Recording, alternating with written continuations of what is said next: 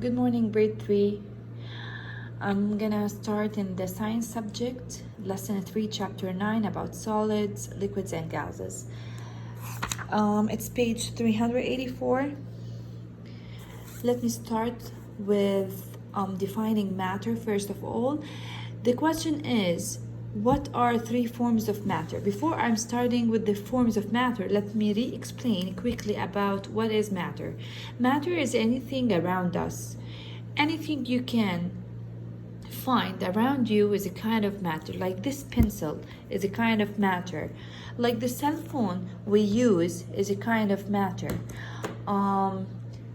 The book that we use is a kind of matter. Anything you can find around you is a kind of matter. The juice we drink, the coffee we take in the morning, anything is a kind of matter. Even the air we breathe is a kind of matter. Okay? So they are telling you that there are three states of matters in the world. Okay? Mainly we have the first one, solids, liquids, and gases. Let me start with solids and give you deep information about it. Solids are things you can touch, like this pencil. I can touch it. It has its own shape, okay? Like the cell phone, I can see it, I can touch it. Its shape will not change even if I change its place from here to here, or even if I hold it, or even if I put it on the table. The shape of the cell phone will stay the same. Same like the pencils, okay? I'm gonna show you here small examples about solids. You have many examples. You can look around you, you can find anything you can touch, and that's hard that you can see. These are examples of solids. Look here. Here we have this hammer. You can touch it. It has its own shape. This hammer, if I hold it or put it on the floor, it will not change its shape. This clock or watch, if I hang it on the wall or I put it on the table, its shape will not change. That means, okay, that solids have specific shape and specific space. Specific space means that if I put the pencil here on the desk, it's gonna take a space around it. It means the space all around the pencil, okay, is specific. You can know that the space of the pencil, it's its own shape or its own form, okay? So, quick summary about solids. Solids have definite or certain or specific shape and specific size, okay? Size or space, okay? This is what I'm talking about solids. So their size or their shape will not change even if I change their places. So you have to know this, okay? Now let me show you something about the particles in the solids. The particles in the solids are very stick together. That means if I cut this pencil into half, okay, and I take a look what's inside this pencil, I will see particles, okay, that are stick together. Of course, you're not gonna see this by your naked eye. You're gonna use a microscope to be able to see the particles, how they are stick together. I'm gonna show you here the particles of the pencils or any kind of solid. This, they showed you the horseshoe solid. It's something you can touch. So the particles are stick together, which makes it very hard, okay? So the particles of the solids are packed closely to each other. Let me start with another state of matter, which is liquid. Liquid like the milk we drink, even the beach or the sea water, okay? Liquid means when something it's melting around the candle, okay? Something that is turning to be like water, okay? And even the chocolate milk we're drinking, it's a kind of liquid. So liquid are like things that look like or looks like water, okay? So not only water is a kind of liquid, we have a lot of examples. Anything that looks like water, it is kind of liquid. So they are saying here that a liquid has a definite volume but not definite shape. What does this sentence mean? This sentence means that if I take a look here in the book, I would look and I would see that if I pour a liquid, any kind of a liquid, water, juice, milk, whatever, if I put it in a rounded pot, the liquid inside that rounded ball or the rounded pot, it's gonna be circular. If I put it in a tall cup, okay, or cylindrical cup, the liquid inside it will look the same shape of the cup. That's mean the shape of the liquid, it's not definite, it's not stable, it's not fixed. It will change. Okay, let me show you examples here about how do liquid change. If I take the same amount of liquid and I poured it in this kind of beaker that has this shape, the liquid inside it will look triangular, like the shape of this beaker. And if I poured water or any kind of liquid in this rounded beaker, it will look rounded. And even in this kind of tall beaker, the water or the liquid will take its shape.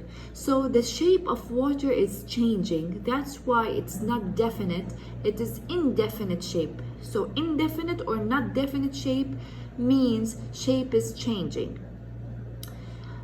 But you have to know something, that even if the shape is changing, but the amount, okay, or the volume stays the same. That means if I take a look, if I take an amount of water, this amount, and I poured it in this kind of beaker, and then I poured it into this kind of beaker, the amount will stay the same, but only the shape will change. That means liquid has not definite shape, yani changing shape, but definite volume. It means their size or their amount will not change, only their shape will change. If I take a look on the particles of a liquid, you can see they are stick together but not very closely to each other like in solids. There is a little space, okay?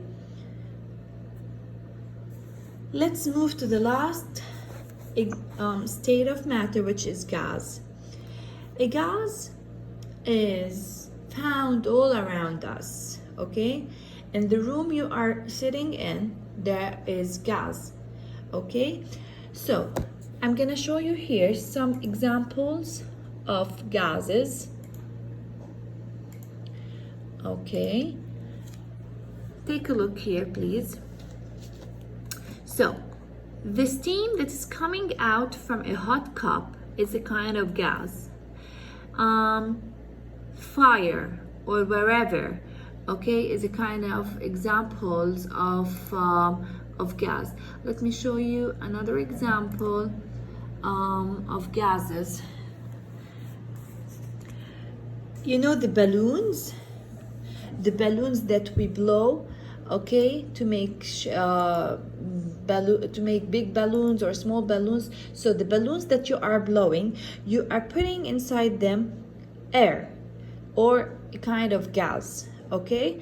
So you have to know something about gas, that gas has no definite shape, no definite volume. Take a look at this, please. This is a balloon with a heart shape. If I blow air in this kind of balloon, the balloon will turn into heart. That means the gas inside it is taking the shape of a heart, okay, and blowing a heart balloon. If I take a look at this picture, I can see that there are some girls blowing a balloon, but this balloon is rounded. So the air inside this balloon is taking the shape of a circular thing, because the thing or the case that is holding the gas inside it is circular, different than the heart balloon. Okay, so a gas changes its shape according to the thing I'm putting the gas inside. Okay, and they are telling you that gas has no definite volume. It means if I pop up this balloon, the gas will go and fill all around the room.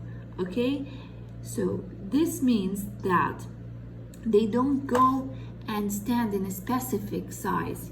They will go and scatter all around the room. That gives it the characteristic of being not definite. Okay, so please, you have to remember that gas has no definite shape and no definite volume. And you have to take a look about the particles inside the gas. You can see they are very far away from each other. There is a big space. That means if I take a look at this kind of example, I will know that this is a gas. If I take a look at this kind of example, it will show me that this is an example of liquid. And when they are sticked together closely, it is an example of solids. Let me move to the last thing. Okay, how do we use all the states of matter? Okay, so you have to know that matters are found around you. Okay, even they are found in your food. Okay, like let me show you food that you eat.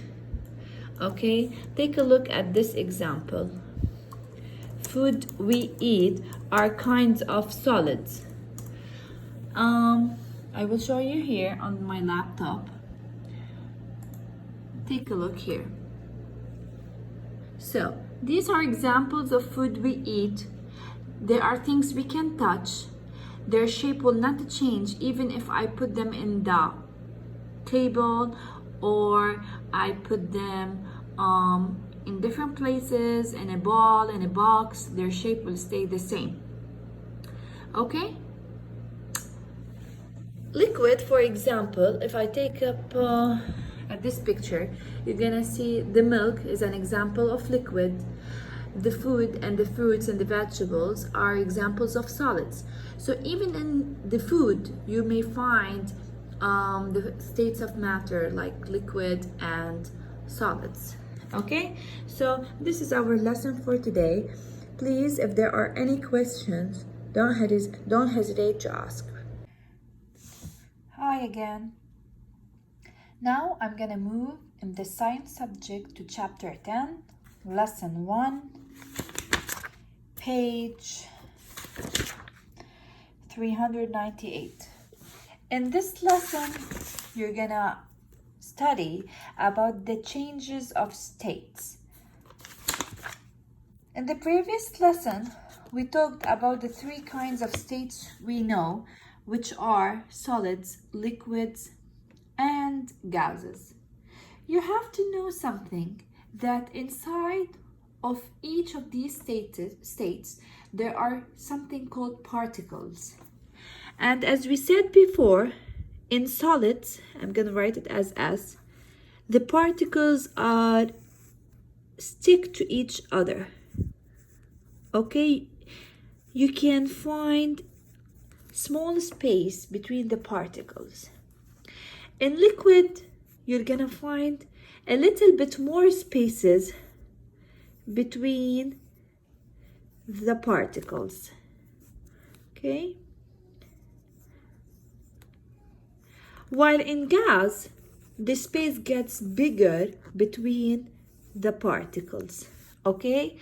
So please, you have to note this because we're gonna move through this information according the whole new lesson.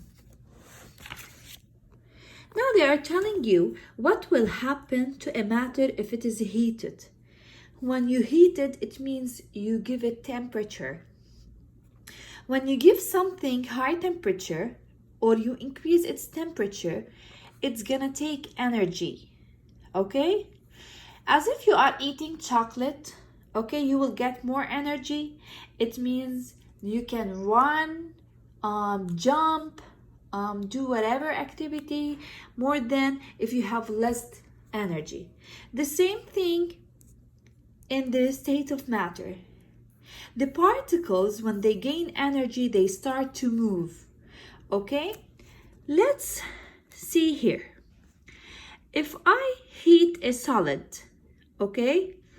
Let's say, for example, an ice cube. You know, the ice cube, okay, it is in a state of solid now because it's iced. You give it temperature, it will start to melt. Melt means when the solid turns to liquid. Okay? So, please remember, whenever you heat a solid, it will start to melt, then it will turn into liquid. Okay? So heating solid may turn the state from solid to liquid. Please, you have to remember that, as I said before, the particles in solids are very close to each other. So when they are heated, they gain energy and they start to move away from each other, which makes it to go from the state of solid and become liquid. Okay? Let's move to page 399. In this page, you're gonna see how things gonna change from liquid to gas. Also, by heating liquid, their temperature gonna increase and increase until it starts to boil. Boil when you see bubbles in the liquid. When you see these bubbles and the liquid starts to boil, it will change from liquid to gas. Okay? Now, please remember, the particles in liquid have a little space. So when you give them energy or you heat them, they start to move and start to move away and away from each other to turn into gas. Sometimes a liquid can evaporate or change to gas not only by boiling, okay? Like, for example, the clothesline, it holds wet clothes. Because of the sun's heat, okay, the water or the liquid inside the cloth will heat but not need to be boiled, and it will turn into something called water vapor, which is in the state of gas. Okay, so please remember, while heating liquid, it will change to gas.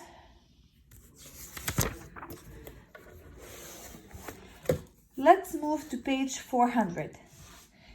In page 400, they are telling you what happens to the matter if it cools. Cools, it means you give it not heat, but you give it low temperature. Okay? So, when you give something low temperature, you're losing its energy. So the particles, as we go back to what we know, the particles with more energy starts to move away. The particles with less energy starts to stick to each other. So this can give us a conclusion that if we move backward, gas, when they lose energy, they will turn to liquid. Liquid, when they lose energy, they're gonna turn into solid. Opposite than heating up matters. Okay? So let's continue. So what I was saying is that as things lose energy, when you lattice of matter lose energy, you lower its temperature. So they're gonna move backward, okay? From gas to liquid, liquid to solid. Opposite that, giving it temperature. So here, for example, you remember the thing that we used to talk in the water cycle about condensation? So when water vapor is up in the sky and it hits with the clouds, and this water vapor would turn again into liquid. So this is what I was talking about. So when something cools down, or liquid cools down, okay, it will turn to gas by a process called condensation. And also you can see this when water vapor in the air, in your breath, hits with something that is cool, you're gonna see water drops on this cooled thing, like a cooled window. If you breathe on it, you're gonna see like drops of water. This called condensation, because water was gas, and this gas, after it hits with something cools, it will turn into water. Okay, let's move to page 401. In this page, they are talking about, what about if liquid loses its energy or it's cooled? Okay, when liquid loses its energy and it's cooled, it's gonna move backward to a state that its particles are very stick to each other, which is called solid. This happens by freezing. Okay, so as you freeze liquid, liquid will turn into solid. So the particles in the liquid will lose their energy. They're gonna move closer to each other, which is gonna make it in the solid state. Okay, let's move to the last page, 402.